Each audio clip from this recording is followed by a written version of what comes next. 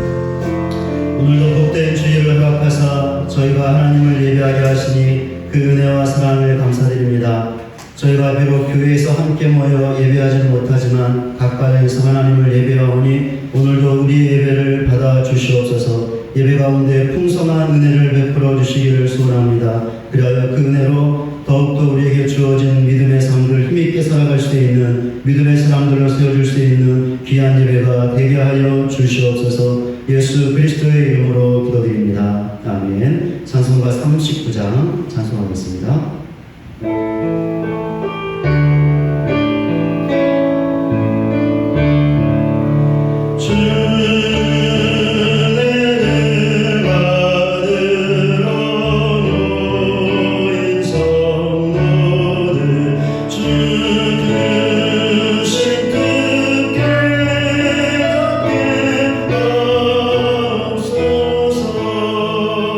내 고통에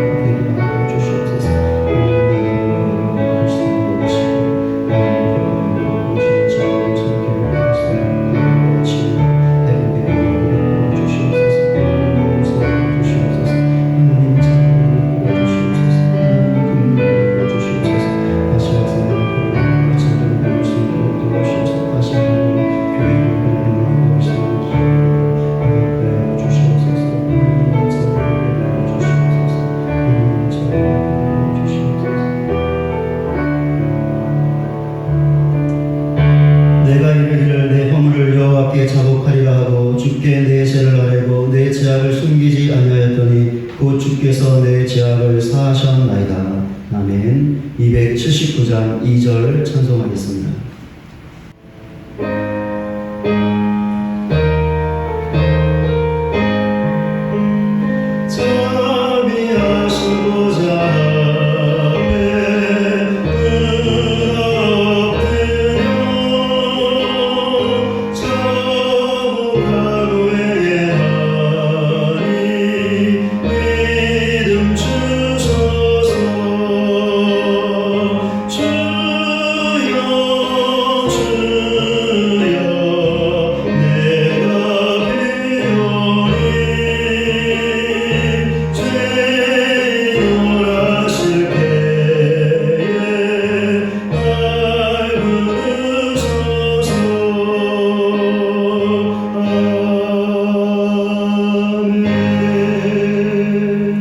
사도신경으로 신앙 고백하시겠습니다.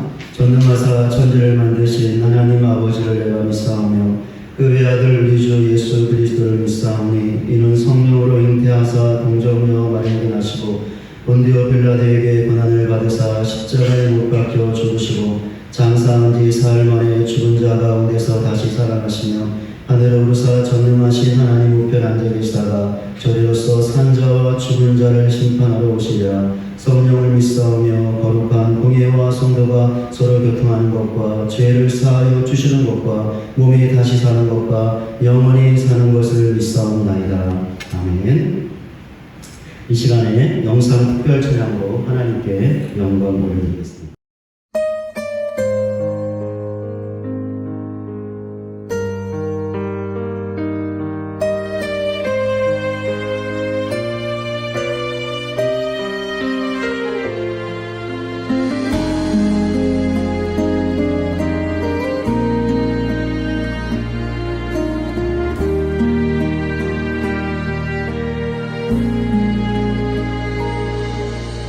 하나님 계획은 오묘하셔서 우리가 측량할 수 없으며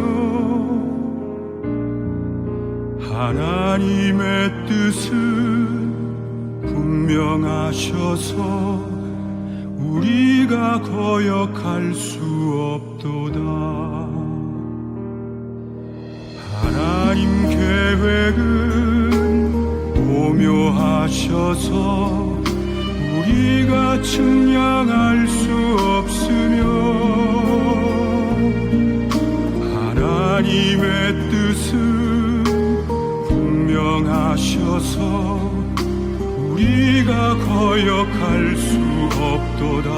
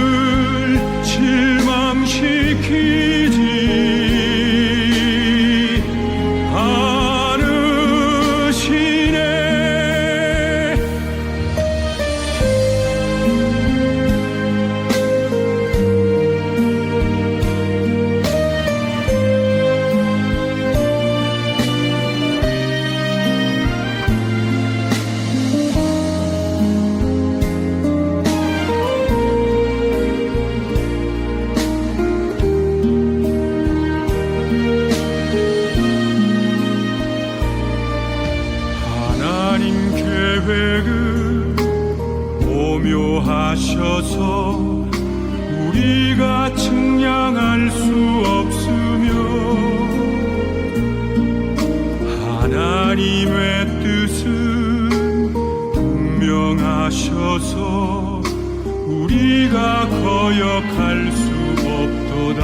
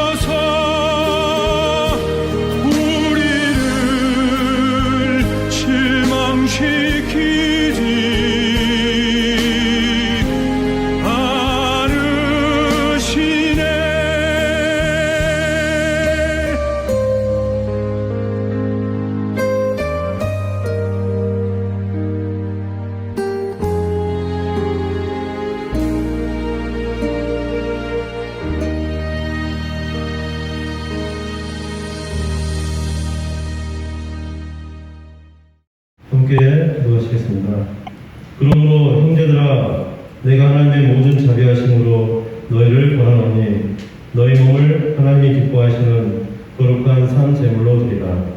이는 너희가 드릴 영적 예배니라.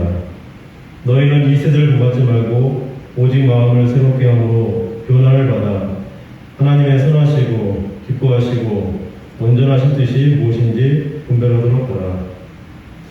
주님, 우리의 몸은 하나님 앞에 나가는 것도 하나님 안에서 변화받는 것도 하나님의 뜻을 찾으려는 것도 참으로 어려워하거나 싫어하는 몸인 것 같습니다.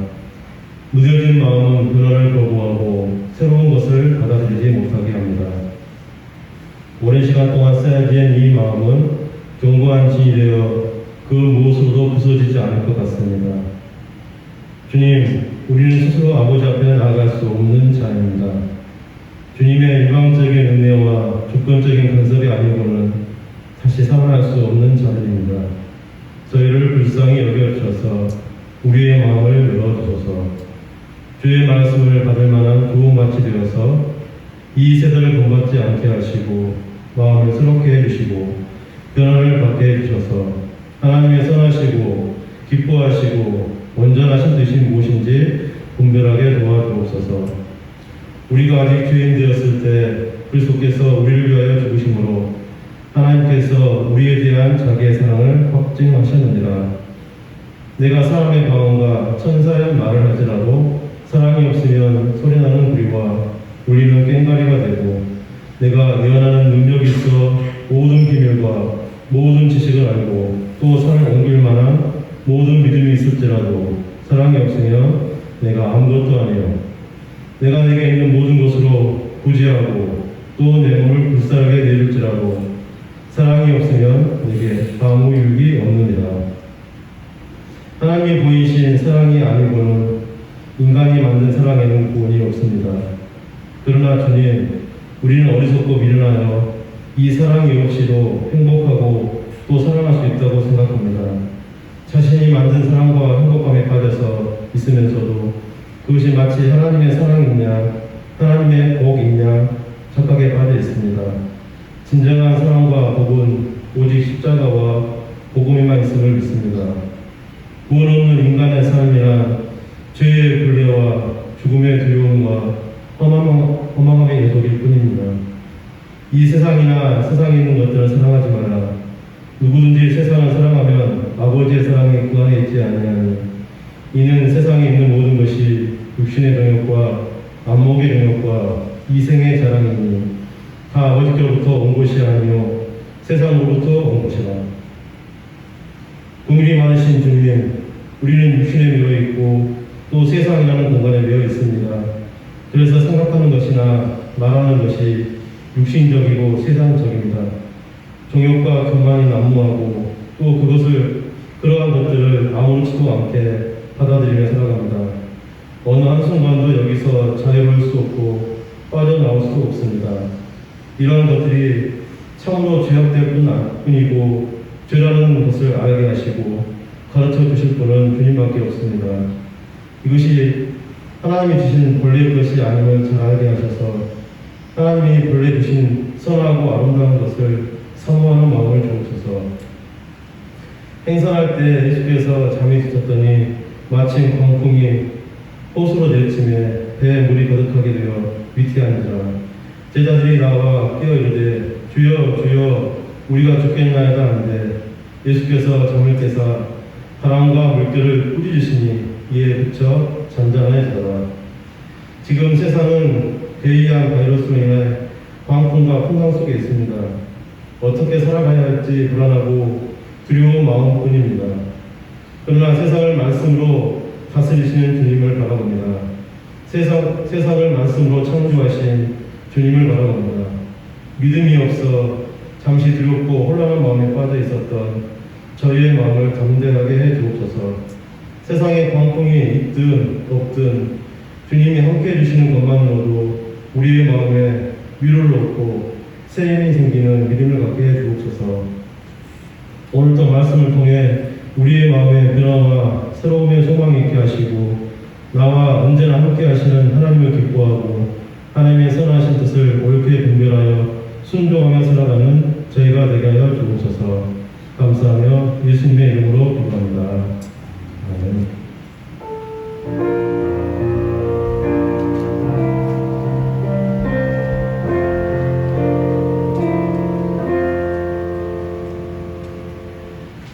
이 시간 우리에게 주시는 하나님의 말씀 보겠습니다. 구약성경 열왕기상 1장 38절부터 53절까지입니다. 제사장 사독과 선지자 나단과 여호야다의 아들 브나야와 그렛 사람과 블렛 사람이 내려가서 솔로몬을 다윗 왕의 노새에 태우고 인도하여 기온으로 가서 제사장 사독이 성막 가운데서 기름 담은 뿔을 가져다가 솔로몬에게 기름을 부으니 이에 뿔나팔을 불고 모든 백성이 솔로몬 왕은 만세수를 하옵소서 하니라. 모든 백성이 그를 따라 올라가서 피리를 불며 크게 즐거워하므로 땅이 그들의 소리로 말미암아 달라질 듯 하니 아도니아와 그와 함께한 손님들이 먹기를 마칠 때 다 들은지라. 요압이 뿔나팔 소리를 듣고 이르되 어찌하여 성읍 중에서 소리가 요란하냐. 말할 때 제사장 아비아달의 아들 요나단이 오는지라. 아도니아가 이르되 들어오라. 너는 용사라. 아름다운 소식을 가져오는도다.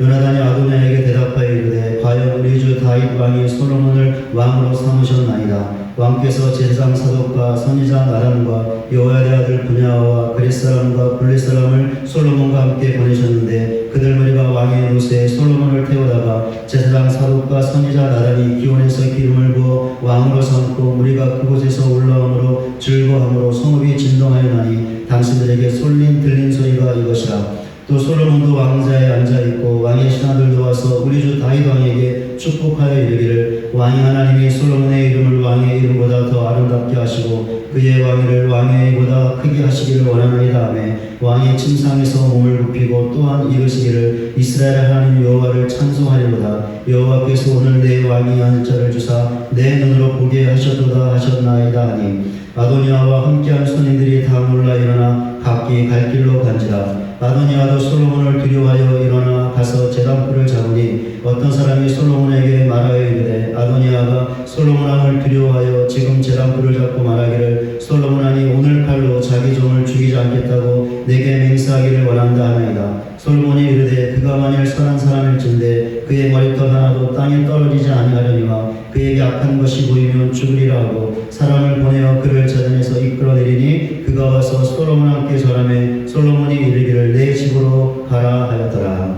아멘. 우리 옆에 있는 가족분들과 함께 이렇게 인사했으면 좋겠는데요. 교회에서 다시 모여 예배할 수 있도록 기도합시다. 같이 한번 옆에 있는 가족분들과 인사하겠습니다. 교회에서 다시 모여 예배할 수 있도록 기도합시다. 네, 여러분도 아시다시피 코로나19가 다시금 수도권을 중심으로 확산되어서 정부에서 모든 정규 예배를 비대면 예배로 하라는 지침이 있고 그래서 저희 교회도 그 지침을 따라서 당분간 언제까지 될지 모르겠지만 당분간 교회에서 모이지 않고 이렇게 영상으로 예배를 드리게 되었습니다. 교회에서 드리지 못할지라도 여러분 예배에서 꼭 영상을 첨부하셔서 같이 하나님을 예배하는 일에 열심을 내셨으면 좋겠습니다. 그래서 다시 모이는 그날까지 믿음 잃지 아니하고 든든하게 믿음에 있어서 또 하나님께서 허락하시는 그날 교회 함께 모여 기쁘게 예배할 수 있는 우리 모두가 되었으면 좋겠습니다. 오늘 설교를 준비하면서 제가 대학에 다닐 때 있었던 한 가지 일이 기억났습니다. 어떤 과목을 수강했던 기억이었는데 그 과목은 실험을 하고 그것에 정확한 결과를 얻어 보고서를 제출하는 것이었습니다. 정확한 결과를 얻기 위해서는 실험의 모든 과정을 정확하게 수행해야 했습니다. 왜냐하면 어느 한 부분이라도 정확하게 수행하지 못하면 올바른 결과를 얻을 수 없었기 때문이었습니다. 그런데 제가 실수와 부주의로 어느 한 부분을 거치지 않거나 모든 과정을 거쳤어도 넣어야 할 것을 넣지 못하거나 빼야 할 것을 빼지 못하거나 화학식을 정확하게 계산하지 못해서 올바른 결과를 얻지 못했습니다. 그래서 며칠에 걸쳐서 많은 실험을 하고 나서야 제대로 된 결과를 얻을 수 있었습니다. 결과를 얻기 위해서 고생을 해서 그랬는지 오늘 설교를 준비하면서 이 일이 기억났던 것이죠. 그런데 결과는 실험실 안에만 있는 것이 아니라 실험실 밖에도 있습니다. 개인의 말과 생각과 행동에도 결과가 있고 기업의 경제 행위와 국가의 통치 행위에도 결과가 있습니다. 자연 현상에도 결과가 있죠. 성경에 나와 있는 하나님의 뜻도 마찬가지입니다. 특별히 하나님의 뜻에 순종하느냐, 순종하지 못하느냐에 따른 분명한 결과가 있습니다. 그것이 무엇일까요? 오늘은 본문을 통해서 이 물음의 답을 얻고자 합니다. 두 가지인데요. 하나는 순종할 때의 결과와 또 다른 하나는 불순종할 때의 결과입니다. 오늘은 순종할 때의 결과를 살펴보고 다음 주일에 불순종할 때의 결과를 살펴보도록 하겠습니다. 다윗의 길을 이어 왕이 될 사람은 솔로몬이었습니다. 이것은 다윗 개인적인 뜻이 아니라 하나님의 주권적인 뜻이었죠. 그렇다면 다윗은 이 뜻을 몰라야 했습니다. 그런데 알고 있었죠. 왜냐하면 하나님께서 이 뜻을 다윗에게 미리 말씀해 주셨기 때문이었습니다. 그러니 다윗은 이 뜻을 행해야 했습니다. 더욱이 이 당시에 다윗은 너무 노쇠하여 기력이 다해 있었습니다. 언제 세상을 떠날지 몰랐죠. 그러니 다윗은 자신이 죽기 전에 솔로몬을 왕으로 세워야 한다는 하나님의 뜻을 행해야 했던 것입니다. 그런데 다윗이 이 일을 행하지 않고 있었죠. 그러다 급기야는 아도니아가 반역하는 일까지 일어나고 말았습니다. 이때 다윗을 촉구했던 사람들이 있었습니다. 나단 선지자와 다윗의 아내이자 솔로몬의 친모였던 밧세바였습니다. 이 두 사람이 무엇을 촉구했죠? 하나님의 뜻대로 솔로몬을 왕으로 세우라고 촉구했습니다. 다윗이 어떻게 했습니까? 이들의 촉구를 받아들였죠. 그리하여 제사장 사독과 선지자 나단과 브나야를 불러서 솔로몬을 데리고 성막에 있던 기온으로 가서 그에게 기름을 부어 왕으로 세우라는 명령을 내렸습니다. 이들은 다윗의 명령대로 행했습니다. 본문 38절과 39절입니다. 제사장 사독과 선지자 나단과 여호야다의 아들 브냐야와 그렛 사람과 블렛 사람이 내려가서 솔로몬을 다윗 왕의 노새에 태우고 인도하여 기온으로 가서 제사장 사독이 성막 가운데서 기름 담은 뿔을 가져다가 솔로몬에게 기름을 부으니 이에 뿔나팔을 불고 모든 백성이 솔로몬 왕은 만세수를 하옵소서 하니 나단과 밧세바가 다윗을 촉구했을 때 그는 지체하지 아니하고 지금 당장 지금 즉시 솔로몬을 왕으로 세웠습니다. 하나님의 뜻에 순종했던 것이죠. 이것의 결과가 무엇이었을까요? 솔로몬이 왕이 되었다는 소식이 아도니아에게 들어갔습니다. 본문 43절에 나와 있는 것처럼 제사장 아비아달의 아들이었던 요나단이 아도니아에게 그 소식을 전해 주었던 것입니다. 요나단은 이 소식 말고 또 다른 소식을 하나 더 아도니아에게 전해 주었습니다. 솔로몬을 왕으로 세웠던 무리들이 다시 예루살렘으로 돌아왔을 때 다윗과 그의 신하들이 보였던 반응이었습니다. 신하들의 반응이 본문 47절에 나와 있습니다. 왕의 신하들도 와서 우리 주 다윗 왕에게 축복하여 이르기를 왕의 하나님이 솔로몬의 이름을 왕의 이름보다 더 아름답게 하시고 그의 왕위를 왕의 위보다 크게 하시기를 원하나이다 하니 다윗 왕의 신하들이 보였던 반응은 다윗 왕에게 축복하는 것이었습니다. 축복의 내용이 무엇이었죠? 왕의 하나님이 솔로몬의 이름을 왕의 이름보다 더 아름답게 하시고 그의 왕위를 왕의 위보다 크게 하시기를 원한다는 것이었습니다. 어떻게 보면 이 축복은 다윗의 기분을 상하게 하고 다윗을 깎아내리는 것처럼 보입니다. 그래서 축복이라고 하기엔 좀 아닌 것 같지만 신하들이 했던 말은 분명히 축복이었습니다. 왜 그렇습니까? 다윗 왕이 하나님의 뜻을 행하여 솔로몬이 왕이 되었으니 솔로몬이 다윗보다 더 아름답게 되고 더 크게 된다면 하나님의 뜻이 온전히 성취되는 것이기 때문이었습니다. 그렇기에 신하들의 축복은 솔로몬이 다윗만큼 아니 다윗보다 더 좋은 왕이 되기를 바라는 기도일 수 있었습니다. 또한 만약에 신하들이 했던 축복대로 되어진다면 하나님의 뜻을 행한 다윗도 함께 높아지는 것이었습니다.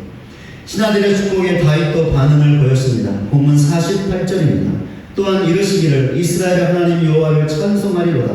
여호와께서 오늘 내 왕위에 앉을 자를 주사 내 눈으로 보게 하셨도다 하셨나이다 하니 다윗이 보였던 반응은 하나님을 찬양하는 것이었습니다. 찬양의 내용이 무엇이었죠? 여호와께서 오늘 내 왕위에 앉을 자를 주사 내 눈으로 보게 하셨다라는 것이었습니다. 그러니까 다윗은 자신이 하나님의 뜻을 행할 수 있게 도와주신 하나님을 찬양했던 것이죠. 그렇다면 다윗이 하나님의 뜻을 행한 결과, 즉 순종의 결과가 무엇입니까? 축복과 찬양이었습니다. 다윗처럼 하나님의 뜻에 순종하는 사람은 사람의 축복을 받습니다. 저는 사람의 축복을 칭찬 혹은 칭송이라고 말하고 싶습니다. 요셉은 형제들의 미움을 받아 상인들에게 팔려 애굽으로 오게 되었고 그곳에서 애굽의 친위대장이었던 보디발의 노예가 되었습니다. 보디발은 요셉을 좋게 보았습니다. 더 나아가 요셉을 신뢰하기까지 했습니다. 어느 정도까지 신뢰했습니까? 요셉을 가정총무로 삼아 자신의 모든 소유를 맡길 정도로 신뢰했습니다. 요셉에 대한 이런 보디발의 신뢰는 요셉을 향한 칭찬이라고 할 수 있습니다. 아니, 칭찬보다 더한 것이었죠. 그럼 요셉이 어떻게 해서 보디발의 칭찬을 넘어서 두터운 신뢰까지 받을 수 있었을까요? 요셉이 하나님의 뜻에 순종했기 때문이었습니다. 이런 사실을 강력하게 보여주는 것이 있습니다. 무엇이냐면 요셉이 보디발 아내의 유혹을 뿌리쳤던 것이죠. 요셉이 이렇게 했던 이유를 자신의 입으로 직접 밝혔습니다. 창세기 39장 9절입니다. 이 집에는 나보다 큰 이가 없으며 주인이 아무것도 내게 금하지 아니하였어도 금한 것은 당신뿐이니 당신은 그의 아내입니다. 그런즉 내가 어찌 이 큰 악을 행하여 하나님께 죄를 지으리이까. 요셉은 보디발 아내의 유혹을 받아서 그녀를 범하는 것이 하나님 앞에서 죄가 된다는 것을 분명하게 알고 믿고 있었습니다. 왜 그렇습니까? 남의 아내를 범하는 것은 하나님의 뜻이 아니었기 때문이죠. 저는 이 사건이 요셉의 삶을 단편적으로 보여주는 것이라고 믿습니다. 무슨 말이냐면 하나를 보면 열을 알 수 있다고, 이 사건 하나를 보면 요셉의 삶이 하나님의 뜻에 순종하는 삶이었다는 것을 알 수 있다라는 것이죠. 그렇기에 창세기의 저자가 요셉에 대하여 여호와께서 요셉과 함께 하심으로 그가 형통한 자가 되었다라고 평가하고 있는 것입니다. 보디발이 이것을 보았던 것이죠. 그러니까 하나님께서 요셉과 함께 하심으로 그가 형통했던 것을 보았던 것입니다. 그 결과 요셉을 칭찬했고 그것을 넘어 자신의 모든 소유를 맡길 정도로 요셉을 신뢰할 수 있었던 것이죠. 사도행전을 기록한 누가가 초대교회 성도들에게 다음과 같은 평가를 하고 있습니다. 사도행전 2장 47절입니다. 하나님을 찬미하며 또 온 백성에게 칭송을 받으니 주께서 구원받는 사람을 날마다 더하게 하십니다. 누가는 초대교회 성도들이 온 백성의 칭송을 받았다라고 평가하고 있습니다. 칭송이라는 말을 공동 번역 성경은 우러러보다 라는 말로, 다른 성경은 칭찬이라는 말로, 표준 세번역 성경은 호감이라는 말로 번역하고 있습니다. 이런 번역들을 참고해보면 초대교회 성도들이 백성들에게 호감을 주었고 그 결과 백성들이 그들을 우러러볼 정도로 칭찬했다는 것을 알 수 있습니다. 초대교회는 교회 바깥 사람들에게 칭찬을 넘어 칭송까지 받았던 교회였습니다. 그럼 그 이유가 무엇이었을까요? 하나님의 뜻에 순종했기 때문이었습니다. 초대교회 성도들은 사도들의 가르침을 받아 하나님의 말씀을 배우라는 하나님의 뜻에 순종했습니다. 초대교회 성도들은 모든 물건을 서로 통용하고 또 재산과 소유를 팔아 각 사람의 필요를 따라 나눠주는 것을 통하여 서로 사랑하고 돌보라는 하나님의 뜻에 순종했습니다. 초대교회 성도들은 날마다 집과 성전에 함께 모여 기도하고 하나님을 찬미함으로 하나님을 예배하라는 하나님의 뜻에 순종했습니다. 초대교회 성도들은 예수님을 증거하여 교회 안에 구원받는 사람들이 날마다 더해지게 함으로 전도하라는 하나님의 뜻에 순종했습니다. 초대교회 성도들이 이렇게 하나님의 뜻에 순종했기 때문에 불신자들에게까지 칭찬을 넘어 칭송까지 받을 수 있었던 것입니다. 이런 초대교회의 모습을 보면서 요즘 우리 시대의 교회를 보면 참으로 암담함을 금할 수 없습니다. 왜 그렇습니까? 우리 시대의 교회들이 세상 사람들의 칭찬은 고사하고 손가락질을 당하며 지탄의 대상이 되어버렸기 때문이죠. 물론 세상 사람들이 교회에 대하여 잘 모르기 때문에, 그리고 사탄의 역사 때문에 교회를 욕하고 비방한다라고 말할 수 있습니다. 그러나 단지 이런 이유로 세상 사람들의 욕과 비방을 그냥 지나쳐 버릴 수 없습니다. 왜 그렇습니까? 교회가 그만큼 타락했고 세속화되어 버렸기 때문이죠. 그렇다면 왜 교회가 이렇게 되었을까요? 성경에 분명하게 나와 있는 하나님의 뜻에 순종하지 못했기 때문이죠. 교회가 하나님만을 온전하게 사랑하지 못했기 때문이고, 이웃을 내 몸과 같이 사랑하지 못했기 때문이고, 삶의 변화가 있는 온전한 예배를 드리지 못했기 때문이고, 변화된 삶으로 예수님을 증거하지 못했기 때문인 것입니다. 만약에 교회가 하나님의 뜻에 순종했다면 이 정도는 아니었을 것입니다. 교회가 신천지 같다고, 아니 신천지보다 더하다고, 심지어 교회는 없어져야 한다는 욕과 비방까지 듣지 않았을 것입니다. 대신에 교회는 그래도 세상 다른 곳과는 다르구나, 세상의 다른 종교와는 다르구나, 교인들도 세상 사람들과는 다르구나, 정말 잘한다, 정말 감사하다, 나도 예수 믿고 교회를 다녀보고 싶다, 이런 칭찬 말을 들었을 것입니다. 그렇다면 우리 교회는 어떠할까요? 우리 자신은 어떠할까요? 우리 교회와 우리 자신은 세상 사람들과 주변 사람들에게 칭찬을 받고 있을까요? 만약에 칭찬을 받고 있다면 우리 교회와 우리 자신은 하나님의 뜻에 순종하고 있는 것입니다. 그러나 반대로 욕과 비방을 받고 있다면 하나님의 뜻에 순종하지 못하고 있는 것이죠. 이 시간에 잠시 우리 교회와 우리 자신의 모습을 돌아보시기 바랍니다. 성경에 분명하게 나와 있는 하나님의 뜻에 순종하는 우리 모두가 되시기를 바랍니다. 그리하여 세상 사람들과 주변 사람들에게 욕과 비방이 아닌 칭찬을 받는 우리 교회와 우리 모두가 되시기를 주님의 이름으로 간절히 소원합니다. 하나님의 뜻에 순종하는 사람은 사람의 축복, 즉 칭찬과 칭송을 받습니다. 심지어 교회 바깥 사람들에게, 즉 불신자들에게까지 칭찬을 받습니다. 그러나 여기에서 그치지 않습니다. 또 다른 칭찬을 받는데 하나님의 칭찬을 받는 것이죠. 하나님의 칭찬은 하나님께서 주시는 복이라고 할 수 있습니다. 다윗이 하나님의 뜻에 순종하여 솔로몬이 왕이 되었습니다.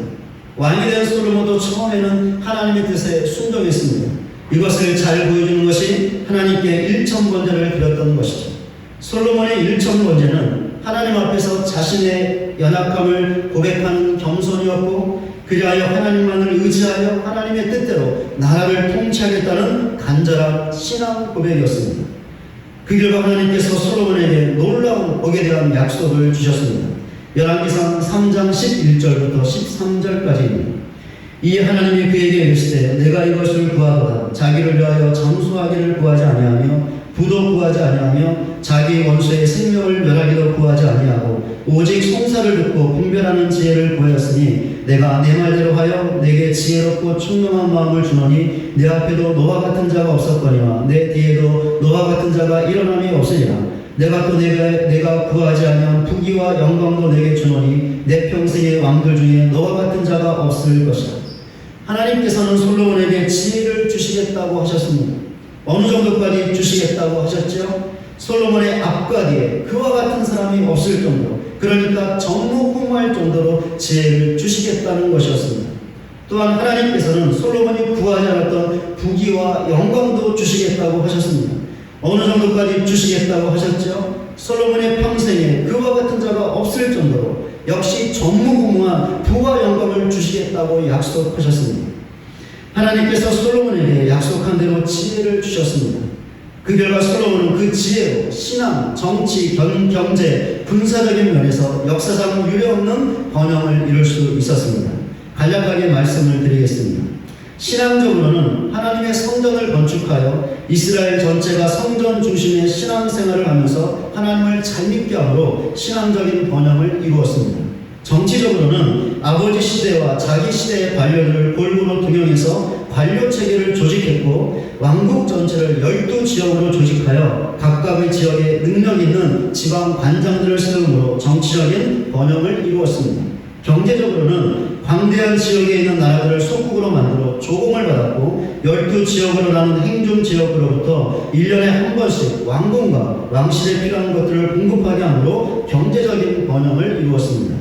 군사적으로는 유브라데 강에서부터 애굽 지경에 이르는 광대한 지역에 있던 나라들을 속국으로 삼아 다스렸고 특별히 그 모든 나라들과 평화를 유지했습니다. 이런 사실은 이스라엘의 소국이 된 나라들이 이스라엘로부터 벗어나기 위해 싸움을 걸거나 반역하지 않았다는 것을 보여주는 것이며 그만큼 이스라엘이 군사적으로 강력했다는 것을 보여주고 있는 것입니다. 지금까지 간략하게 살펴본 것처럼 솔로몬은 하나님이 주신 지혜로 국가적인 번영을 이루었습니다. 뿐만 아니라 솔로몬은 개인적인 번영도 이루었습니다. 솔로몬은 하나님이 주신 지혜로 탁월했던 책들을 썼고 수많은 책들을 썼죠. 또한 자연에도 지대한 관심이 있어서 식물에서부터 동물에 이르기까지 그 모든 것에 대한 방대한 지식도 갖고 있었습니다.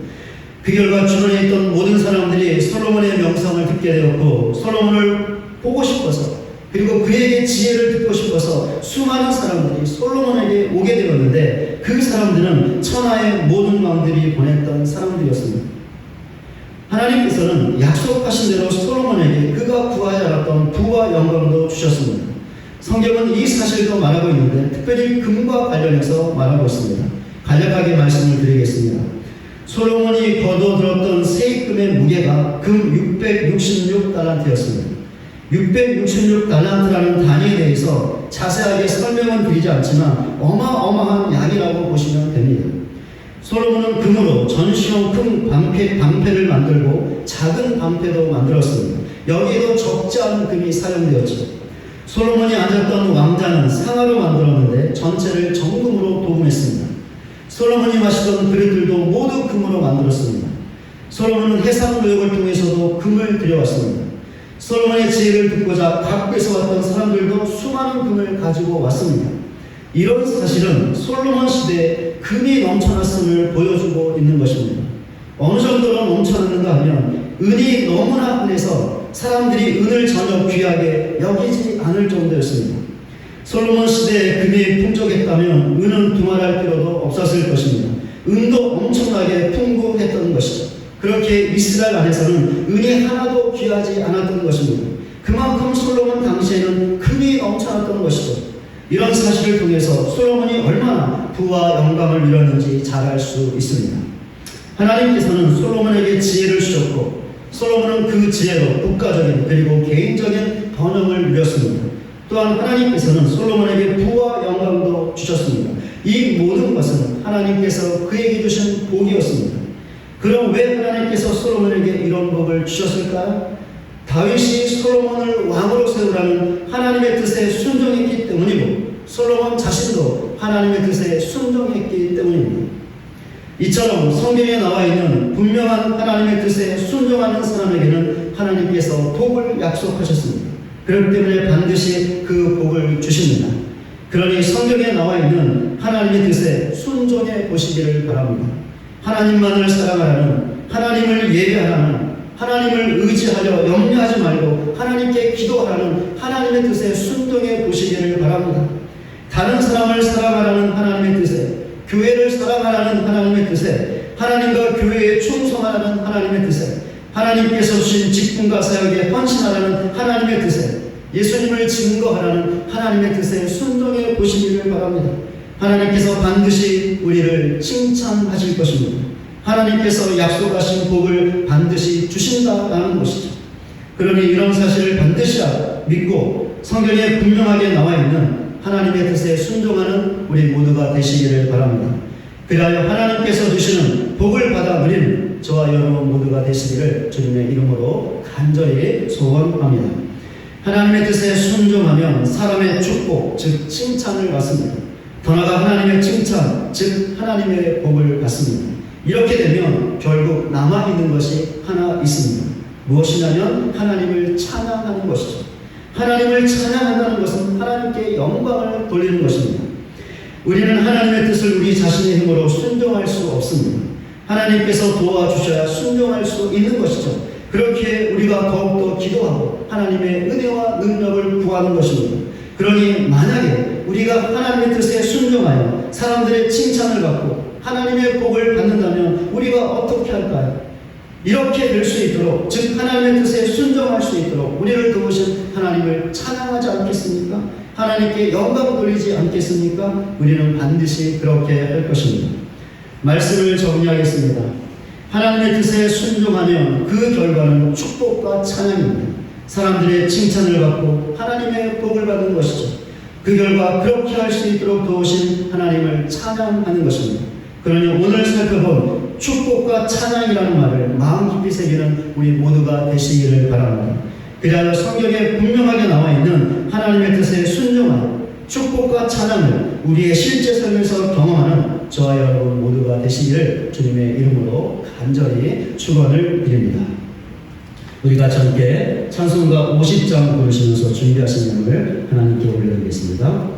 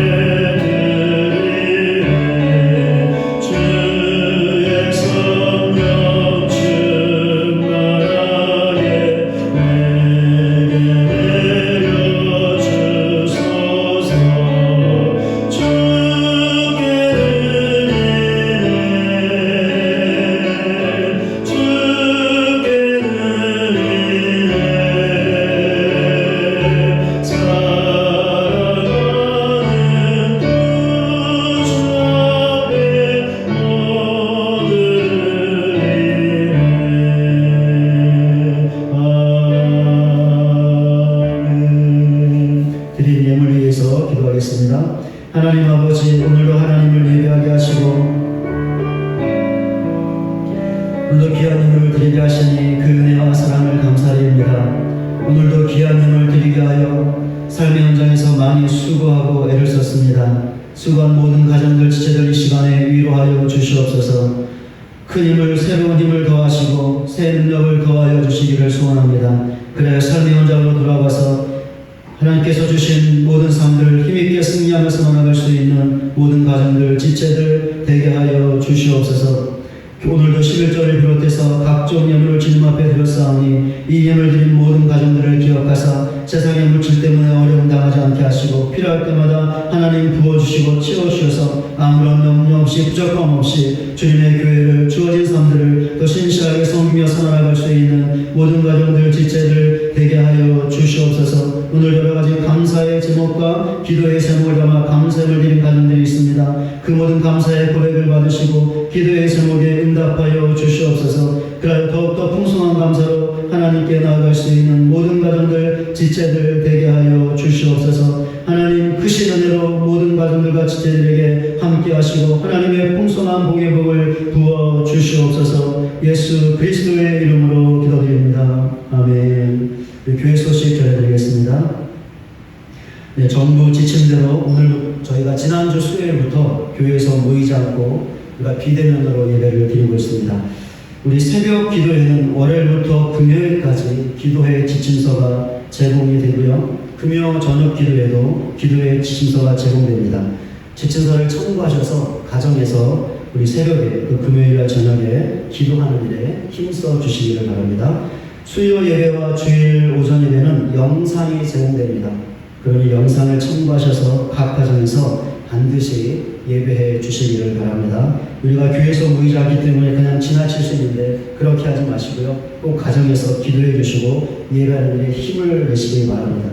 그래서 신앙이 떨어지지 않고 다시 교회에서 모여 예배할 때 또 기쁘게 믿음과 신앙으로 또 하나님을 예배할 수 있는 우리 모두가 되었으면 좋겠습니다. 특별히 예배하실 때 시간을 좀 맞춰서 같이 예배를 드렸으면 좋겠습니다. 수요일날 저녁 7시 30분, 주일 오전은 11시인데 우리 온 성도들이 각 가정에서 시간을 맞춰서 함께 드리면 그것도 의미 있는 일이라고 생각합니다. 그래서 예배 드릴 때 될 수 있는 대로 시간을 지켜서 같이 함께 또 영상 혹은 지침서로 기도하고 예배하는 우리 모두가 되었으면 좋겠습니다.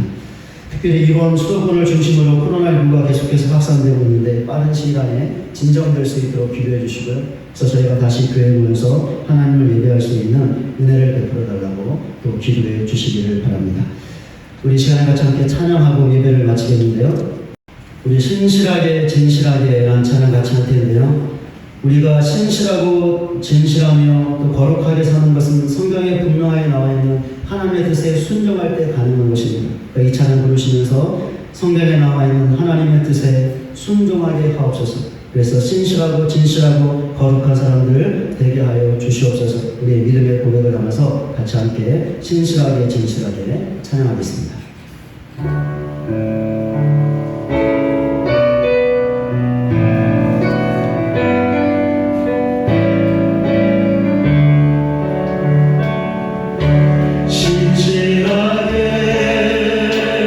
진실하게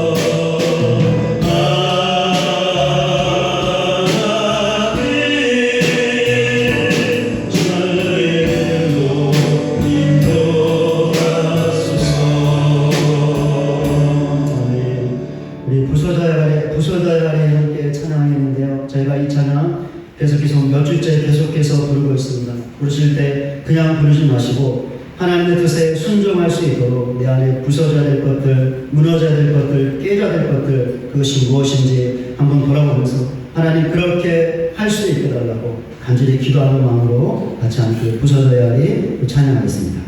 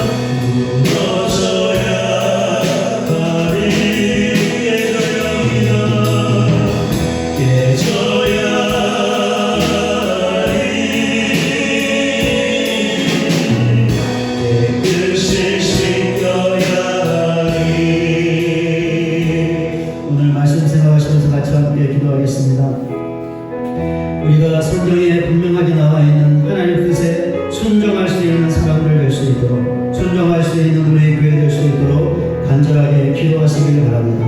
하나님 뜻에 순종할 수 있도록 내 안에 부서져야 될 것들 부서지게 하시고, 무너져야 될 것들 무너지게 하시고, 깨져야 될 것들 깨지게 달라고 기도하셔서 하나님 뜻에 순종하여 예수 믿지 않은 사람들에게까지 칭송을 받고 하나님께 주시는 복을 받고, 그리하여 하나님께 찬송하여 하나님께 영광을 올려드릴 수 있는 그런 믿음의 삶을 살게 하여 주시옵소서. 간절하게 오늘 말씀 생각하시면서 같이 함께 기도하겠습니다. 하나님 아버지, 하나님의 은혜와 사랑을 감사합니다. 오늘 주신 말씀 붙잡고 기도할 수 있게 하시니 그 은혜와 사랑을 감사합니다.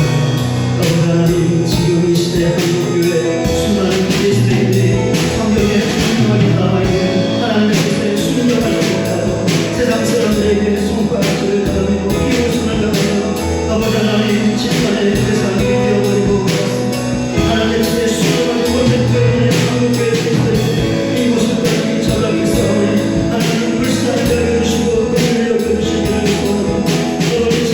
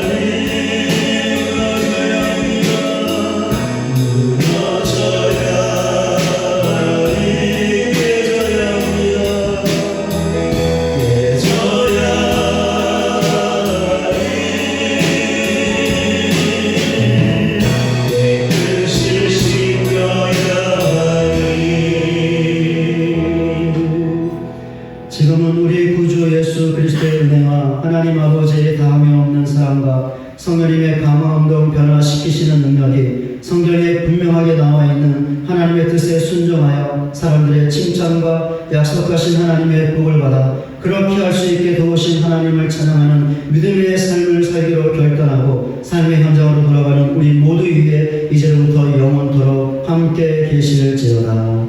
아멘.